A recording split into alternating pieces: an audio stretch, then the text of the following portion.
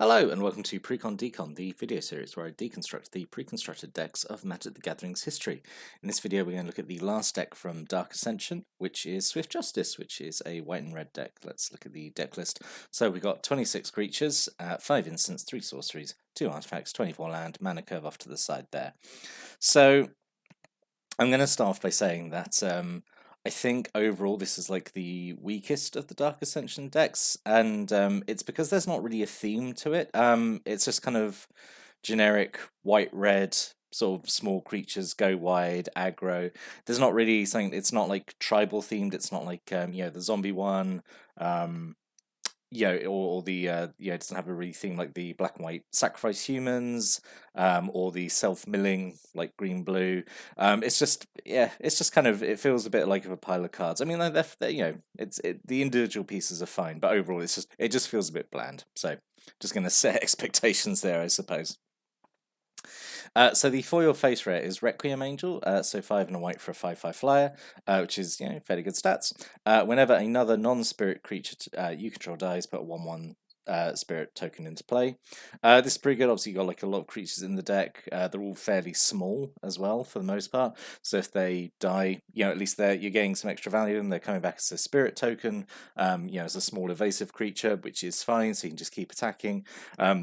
It's really nice that token creatures can get this benefit as well, because normally effects like this are always like non-token creatures, just to but I suppose you've got non-spirit there to stop it like looping infinitely. But yeah, I think this is like a perfectly fine foil face red. Maybe a little too expensive given what the deck really wants to do, which is win as quickly as possible. But yeah, I think it's fine. It would be fine to top out the curve and close out a game. Then we've got a single Stromkirk Noble. So this is from the previous set. So 1 red mana for 1/1. Can't be blocked by humans. Whenever it deals combat damage to a player, put a +1/+1 counter on it. So yeah, like all the red vampires of Innistrad. This is obviously really nice to drop this on turn 1 and sort of start swinging with it as soon as possible to make it grow. There's not insignificant number of humans, I suppose, in the block. So not being able to be blocked by humans I don't know why it's not straight up protection from humans, because that would be great, but is what it is. This is fine, but I do think there were better choices, as we'll discuss later. It's got 2 Ashmath Hounds, 1 and a red for a 2/1. Whenever it blocks or becomes blocked by a creature, does 1 damage to that creature. This is I really like this actually. This is such a nice little 2-drop creature in red. Just being 2 mana for a 2/1 is fine. That's Goblin Piker stats. But I really like this ability where it gets in 1 damage just by blocking or being blocked. So if you'd find a way of getting this death touch, that would be really nice. Yeah, I really like Ashmath Hound. I think it's a really nice little red creature, and I just think it fits this deck quite nicely, I think. We have a single Blood Crazed Neonate, 1 and a red for a 2/1, attacks each turn if able, and like the Stromkirk Noble, if it deals combat damage for play, it gets a +1/+1 counter. Again, really fast, aggressive little. It's a shame there's only the one of them, because I feel like this is a card that benefits having more than one, but again, it is what it is. A single Erdwile Ripper. So this is basically Blood Crazed Neonate, but it has haste. And doesn't have to attack. Just more of the same, really. Again, it's fine. Really like the art on this, actually. Very creepy. I like it. And then a single Night Revelers, 4 and a red for a 4/4, has haste as long as an opponent controls a human. This I feel is maybe not such a great pick. I would have just gone with maybe like a second copy of like the Neonate or something. But I suppose it's in here to be a slightly bigger creature, I guess. It's okay. And then a single Forge Devil, 1 red for a 1/1. When it ends the battlefield, it does 1 damage to target creature and 1 damage to you. This is okay. Kills off a small creature when you play it. Sure. Single Torch Fiend, 1 and a red for a 2/1. 1 red, sacrifice it, destroy an artifact. Again, yeah, fine. This is perfectly okay. Again, it's a 2/1 for 2 with a upside. So yeah, as long as it's not Goblin Piker, I'm okay. I always thought Torch Fiend and Forge Devil, I always thought their names should be. This is such a minor tangent, but I always thought their names should be switched around, because I always thought like, oh, the Forge Devil would care more about destroying artifacts, and the Torch Fiend would be setting people on fire. But I don't know, just such a minor thing. That's just me. And the 2 Markov Warlord, so 5 and a red for a 4/4 with haste, and then when it enters the battlefield, up to 2 target creatures can't block this turn. So yeah, pretty expensive, but 4/4 haste with this ability to remove 2 blockers for a turn. So it could kind of immediately swing, and yeah, I think it's okay. I do think it's maybe a tiny bit expensive, but I don't know. I mean, the effect is good. I don't know. I think maybe I would have preferred this to be, maybe slightly smaller, maybe like, I don't know, maybe like 2/2, but still with this ability, and then I think it would have been, I don't know, it's fine. It's fine. Again, it's another thing that tops out the curve and helps sort of close out a game by just being a bigger creature, I suppose. But it feels a little at odds with what the deck wants to do, which is, win with sort of like a swarm of smaller creatures, I don't know. 2 Lightning Elementals, just 3 in red for a 4/1 haste, sure. A single Fiend Hunter, 1 and 2 white for a 1/3. When it ends battlefield, you exile another type creature, and when it leaves the battlefield, you return the exile card. So again, another good card just for getting a blocker out of the way. Yep. 2 Midnight Guard, aka Mr. Combo Fuel himself. So 2 and a white for a 2/3. Whenever another creature enters the battlefield, untap Midnight Guard. Yeah, so there's obviously like a billion combos with this. Anything that Presence of Gond or Elemental Mastery. Weirdly, a lot of things from sort of like Lorwyn, Shadowmoor, Eventide, that sort of so any aura that basically lets them tap to make a token is he just goes infinite with them. So yeah, in this you've got no ways of really abusing it. It's just if you just play creatures to main phase 2, he's essentially got vigilance, or your opponent plays a creature on their turn, it just untaps them. So it's a very roundabout way of just having a 2/3 with vigilance. Yeah, I don't think there's really any ways in the deck to really make the most out of him, which is a shame, because it's obviously a pretty good card. 2 Niblis of the Mist, 2 and a white for a 2/1, has flying. When it enters the battlefield, you can tap a type creature. Again, it's another way of getting a blocker out of the way. 2 Niblis of the Urn, 1 and a white for a 1/1 fly. Whenever Niblis of the Urn attacks, you may tap type creature. So again, another way of getting creatures out of the way. It's nice, got the decoy ability. At least this one is like reusable, unlike Niblis of the Mist. I'm really not sure why.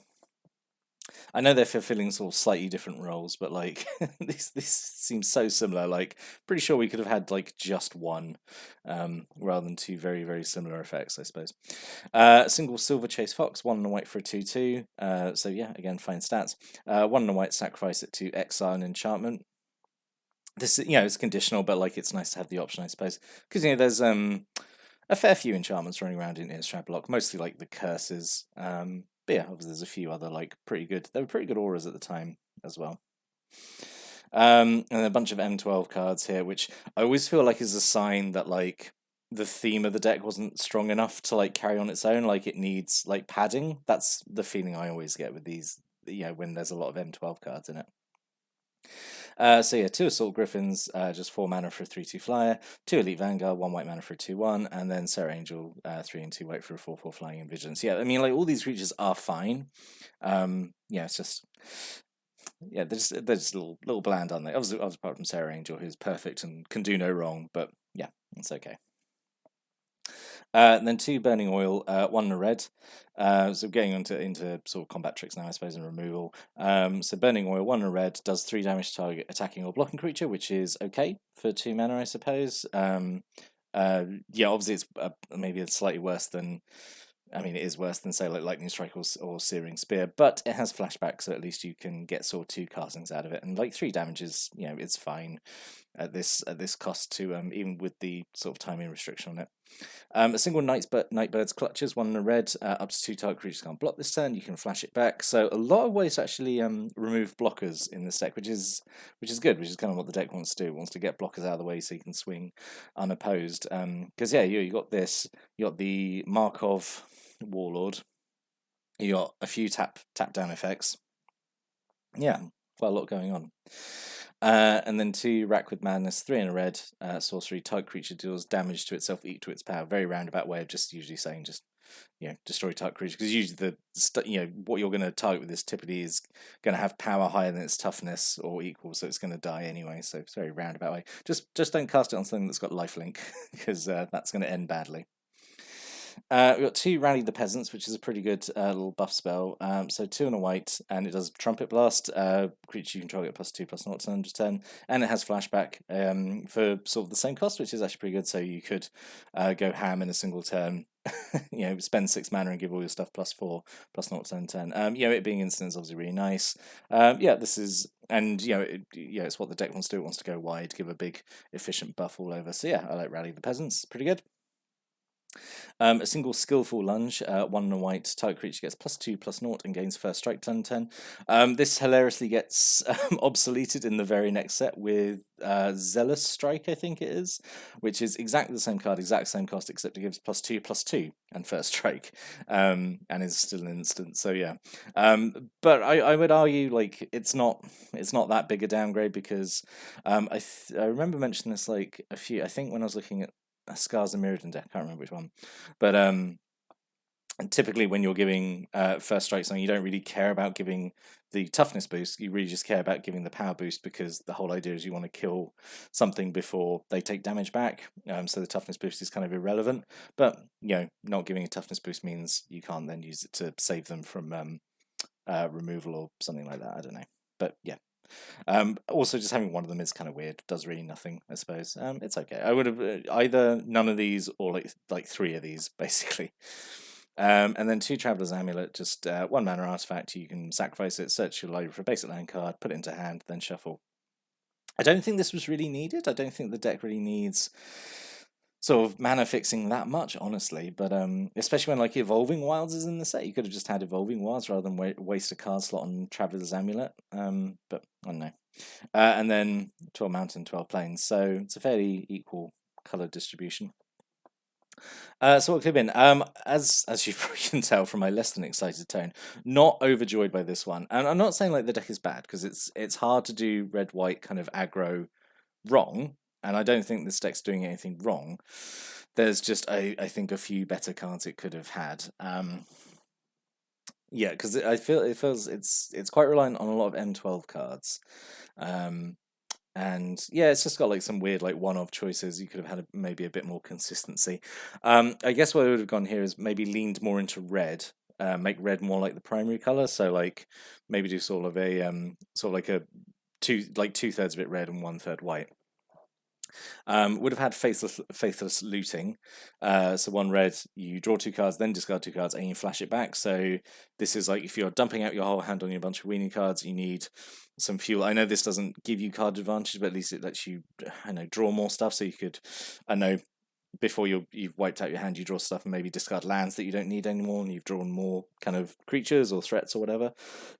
Could have had that. Alternate rares. So I think instead of the Stromkirk Noble, definitely either one of these 2. So Hellrider would be my first pick. This is, I think, incredibly good. So 2 and 2 red for 3/3 with haste, which like immediately I think that's pretty good. And then this ability: whenever a creature you control attacks, Hellrider deals 1 damage to defending player. So turns all your creatures into just extra sources of damage, and like this really puts the pressure. Again, if you're attacking like with a load of creatures, this mounts up really quickly. And I think this would have been an excellent like foil face rare to have, I think. So the other alternative maybe is Markov Blade Master. So 1 and 2 red for a 1/1 as double strike. It's has like the red vampire ability. Whenever it deals damage to a player, gets +1/+1 counter on it. Of course, it having double strike means if it attacks player, it does damage to them twice. So then it's going to get 2 counters. So then it's 3/3 with double strike, and it becomes progressively harder and harder for a type to block or deal with. I think either of these 2 would have made a better alternate rare than the Stromkirk Noble, who feel not out of place. Just I don't know, could have I don't know. Just I just think these 2 would have been better, honestly. So in summary, I think it's okay. It feels boring because it doesn't have like a set theme or like real. Nothing makes it jump out as like Innistrad, I suppose. because all the other Dark Ascension decks looked at have been fairly solidly Innistrad in identity. I say we had black-white humans sacrificing themselves, which is very Innistrad.